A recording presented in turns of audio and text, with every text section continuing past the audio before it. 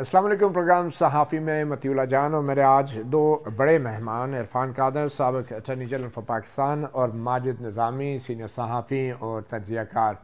यूँ तो बड़ी सियासी जमातों में मुज़ाकरात हो रहे हैं नई हुकूमत बनने के लिए। 29 फरवरी की आखिरी तारीख़ है आइन के मुताबिक, जब तक असम्बली का इजलास बुलाया जाना है और इस इजलास में नए वज़ीर आज़म का इंतखाब होना है। और आइन के मुताबिक जब तक उम्मीदवारों में से कोई एक उम्मीदवार कौमी असम्बली की पूरी तादाद में से सादा अक्सरियत हासिल न कर ले, यानी 51% वोट हासिल न कर लें, उस वक्त तक इलेक्शन बार बार होते रहेंगे। और जो ही जिसने सादा अक्सरियत हासिल कर ली तो सदर पाकिस्तान उसको फिर वज़ारत उस्मा का ओहदा संभालने की दावत देंगे। अब जैसे मैंने पहले कहा कि बज़ाहिर तो ये मुज़ाकरात दो बड़ी सियासी जमातों में हो रहे हैं, मगर पाकिस्तान की तारीख़ गवाह है कि एक ऐसी सियासी जमात भी है जिसका ना कोई झंडा है, ना कोई मंशूर है, ना कोई टिकट होता है, और वह जमात जिसका नाम है इस्टेब्लिशमेंट।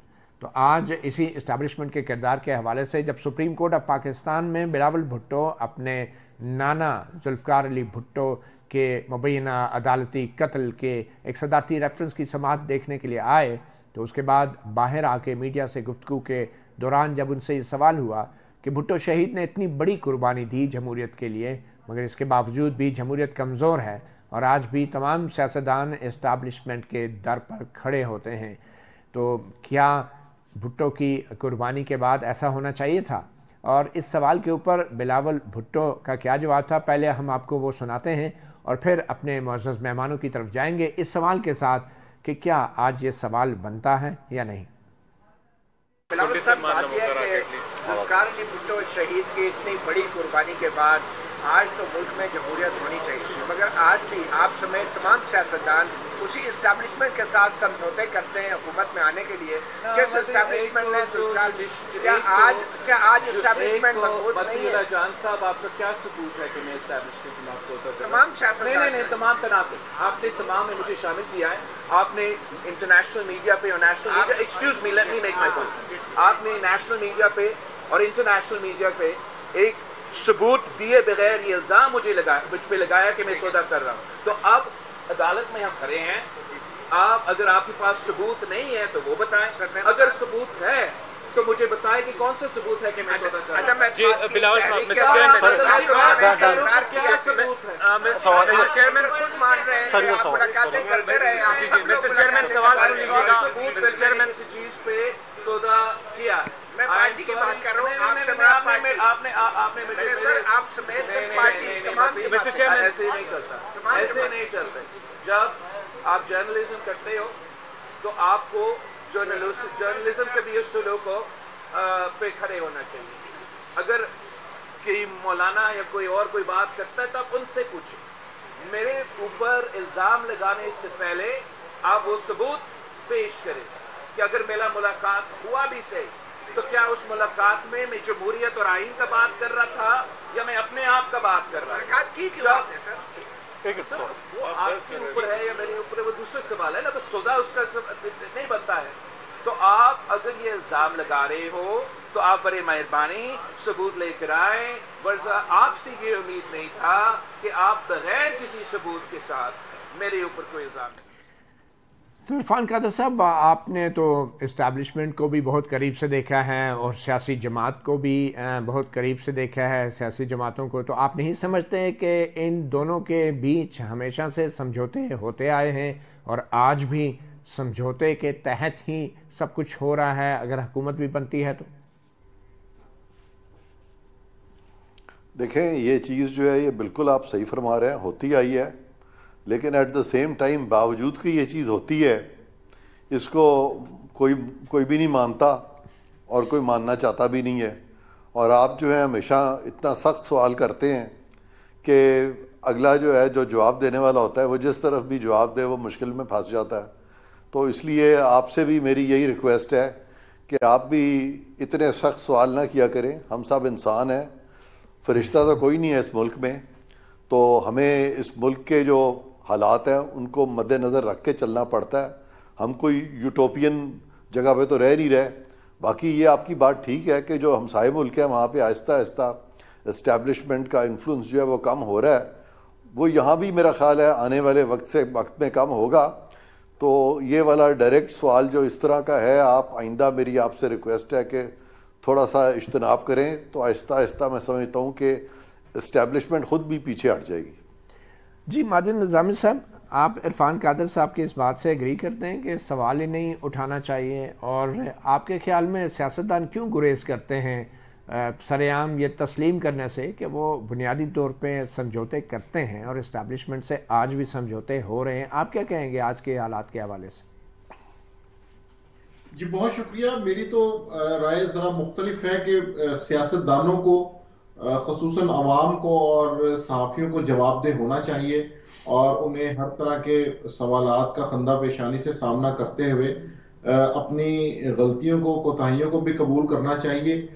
उसकी वजह यह है कि हम सब असूलों को मद्देनजर रख के चलते हैं, हम सबको असूलों को मद्देनजर रख के चलना चाहिए। अब असूल में और अमल में कितने फीसद फर्क आ रहा है, उसको हम सबको ये कोशिश करनी चाहिए कि वो फर्क वक्त के साथ साथ कम हो, वो फर्क वक्त के साथ साथ ज्यादा नहीं होना चाहिए। मामला ये है कि पिछले 5 से 7 साल में सियासतदानों ने अपनी स्पेस को, उस फर्क को ज्यादा किया है और जिसके नतीजे में उनकी स्पेस कम हुई है।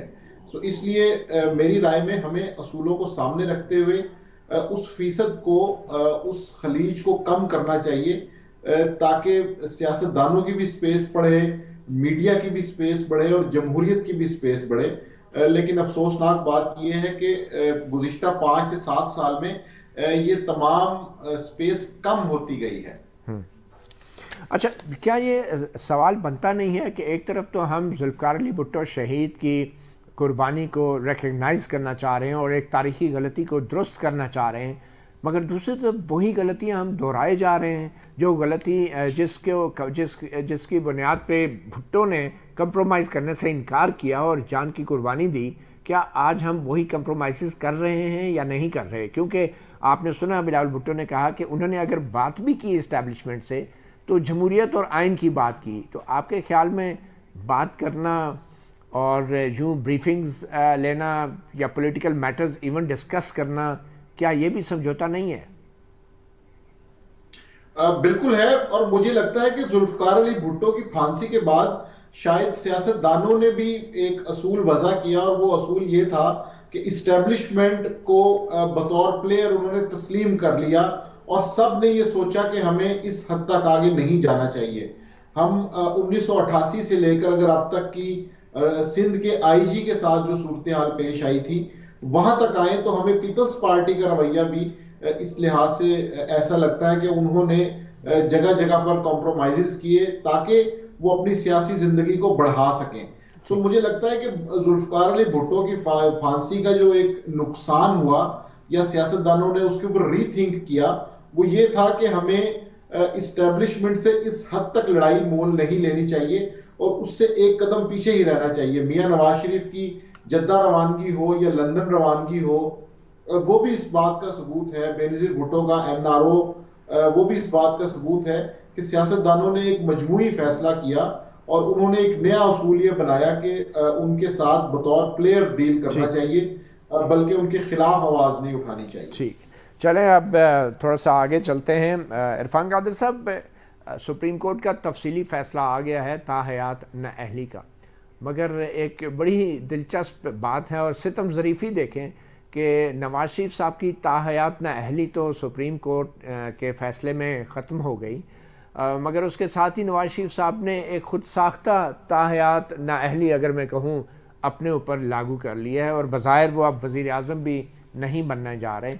और ज़ाहिर बात है जब नवाज शरीफ वज़ीर आज़म नहीं होंगे तो वो एक सिंपल MNA के तौर पे मालूम नहीं क्या करेंगे। तो आप क्या समझते हैं कि नवाज शरीफ साहब का यूँ अपने आप को ख़ुद माइनस कर देना, क्या ये एक बेहतर सियासी हिकमत अमली है या उनको बतौर वज़ीर आज़म आना चाहिए था? और आप समझते हैं कि ये भी किसी समझौते का नतीजा हो सकता है?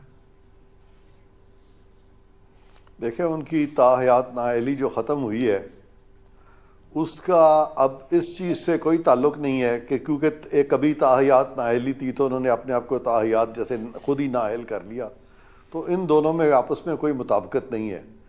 ये आपका एक कानूनी सवाल आपने करने की कोशिश की थी, जिसमें कि इस वक्त सियासी महरक़ात जो हैं वो कारफरमा हैं और सियासत को देखते हुए उन्होंने फ़ैसला किया, उन्होंने कानून को देखते हुए फ़ैसला नहीं किया।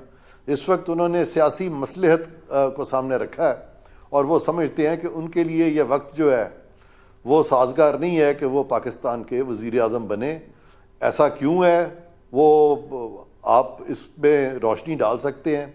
कुछ हालात ऐसे हैं जो मुझे भी कुछ थोड़े बहुत नज़र आ रहे हैं, तो लगता यही है कि वो चूँकि इलेक्शंस जो हुए हैं अभी रिसेंटली, उसमें कुछ सीटों पे कुछ कंट्रोवर्शियल इंतखाबात थे और उस पे उन सीटों के बारे में हतमी तौर पे नहीं कहा जा सकता कि ये जब इलेक्शन ट्राइब्यूनल में ये मामले जाएंगे और जब फैसले होंगे तो वो सीटें उन लोगों के पास रहेंगी कि नहीं रहेंगी जो कि उन सीटों की बुनियाद पर असेंबली में आए हैं। तो गालिबन इस किस्म का खदशा हो सकता है नवाज शरीफ साहब ने महसूस किया हो और उसी को देखते हुए उन्होंने फ़ैसला किया हो कि मैं वज़ीर आज़म फ़िलहाल नहीं बनता। ये डेफिनेटली ये उनका अपना ही फ़ैसला होगा, मजबूरी भी हो सकती है, मगर शायद कोई ये चाहता था कि वो वज़ीर आज़म ना बने। और ये कौन हो सकता है, इस पे ऊपर हम माजिद निज़ामी साहब से भी बात करेंगे एक छोटी सी ब्रेक के बाद।